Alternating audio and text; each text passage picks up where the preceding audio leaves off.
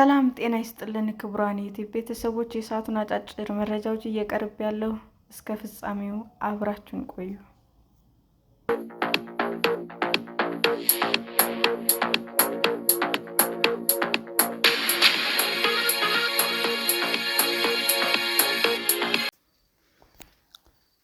ኢትዮ ቴሌኮም ተግባራዊ ማድረግ በጀመረው የመሰረተ ልማት መጋራት ዋጋ ላይ ቅሬታ አቀረበ።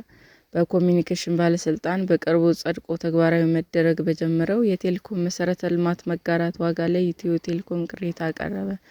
ኢትዮ ቴሌኮም የ2018 በጀት ዓመት የመጀመሪያ መንፈቅ የስራ አፈጻጸም ሪፖርት ጥር 21 ቀን 2018 ዓ.ም ያቀረቡት የኩባንያው ዋና ስራ አስፈጻሚ ወይዘሮ ፍሬህይወት ታምሩ በኮሚኒኬሽኑ ባለስልጣን ጸድቆ እንደ አውሮፓውያን አቆጣጠር ከጃንዋሪ 2026 ጀምሮ ተግባራዊ መደረግ የጀመረው የመሰረተ ልማት መጋራት የዋጋ ተመን ወጪውን ያላገናዘበ ነው ሲሉ ቅሬታቸውን አቅርበዋል። ሳፋሪኮም ኢትዮጵያ ከኢትዮጵያ ኮሚኒኬሽን ባለስልጣን እንደ አውሮፓውያን አቆጣጠር በ2021 ፈቃድ አግኝቶ ወደ ገበያ ከተቀላቀለ ጀምሮ ለሚያቀርባቸው አገልግሎቶች የሚሆኑ የሞባይል ጣቢያዎቹ 50 በመቶውን ከኢትዮ ቴሌኮም ጋር ተጋርቶ እያቀረበ እንደሚገኝ የገለጹት ዋና ስራ አስፈጻሚው ስምምነቱ ሲፈጸም ረዥም ጊዜ የወሰደ ውይይት መደረጉን አስታውሰዋል። ኢትዮ ቴሌኮም የሚያከናውናቸው የመሰረተ ልማት ማስፋፋት ስራዎች የውጭ ምንዛሬ የሚጠይቁ በመሆናቸው የመሰረተ ልማት መጋራት ክፍያውን የምንፈልገው በውጭ ምንዛሬ ነው በሚል ውይይት አድርገን ነበር ብለዋል። ነገር ግን የዓለም ባንክ ባደረገው የገበያ ዳሰሳ ጥናት ጭምር ኢትዮ ቴሌኮም ክፍያውን በውጭ ምንዛሬ መጠየቁ ሳፋሪኮም ላይ ጫና መፍጠሩን እንደገለጸ፣ ይህም ኩባንያው እንደማይቀበለውና ከኢትዮጵያ ኮሚኒኬሽን ባለስልጣን ጋር በርካታ ውይይቶች መደረጋቸውንም ተናግረዋል። ሆኖም አዲስ በወጣው ዋጋ ኢትዮ ቴሌኮም መሰረተ ልማቱ ለማጋራት የሚቸገርበት መሆኑን፣ ምክንያቱ ደግሞ በዋጋ ተመኑ የተወሰነው መጠነኛ ክፍያ ብቻ በውጭ ምንዛሬ በማድረግ ከፍተኛ ድርሻውን በኢትዮጵያ ብር እንዲያቀርብ መወሰኑ በመሆኑም አስረድተዋል።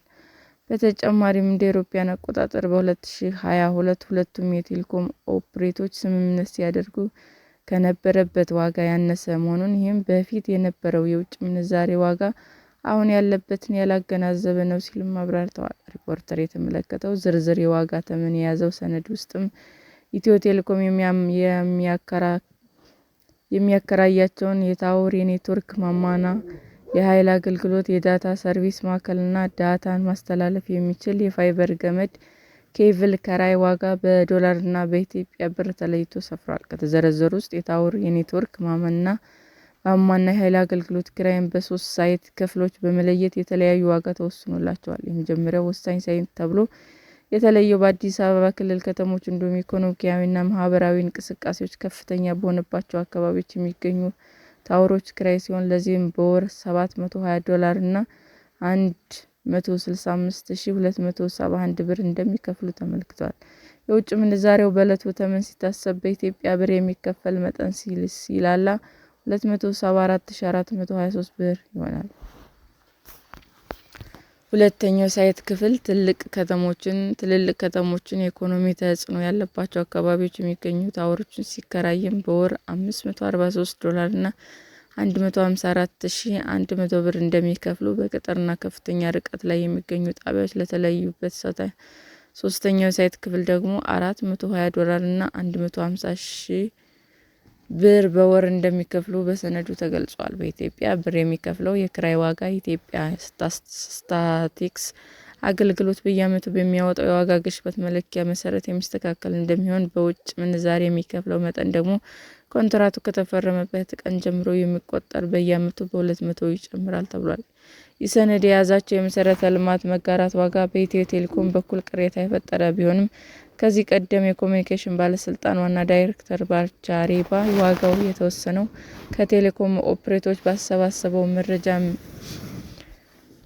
ወጪያቸው መሰረት በማድረግ በመሆኑ ለሪፖርተር መግለጹ ይታወሳል። ባለስልጣኑ አዘጋጅቶ ለቴሌኮም ኦፕሬተሮች የላከው የመሰረተ ልማት መጋራት ዋጋ ከዚህ ቀደም በተለይም ከባለስልጣኑ ፈቃድ አግኝቶ አገልግሎት እየሰጠ ከሚገኘው የግል የቴሌኮም ኦፕሬተር ሳፋሪኮም ኢትዮጵያ ሲቀርቡ የነበረ ቅሬታዎችን ተገቢ መሆናቸውን ታምኖበት መዘጋጀቱን እንደገለጹ አይዘነጋም። ሰላም ጤና ይስጥልን ውድ የዩቲዩብ ቤተሰቦቼ እንዴት ናችሁ? አዲስ ጀማሪ ነኝ እና ሰብስክራይብ ያደረጋችሁ አበረታቱኝ። አመሰግናለሁ።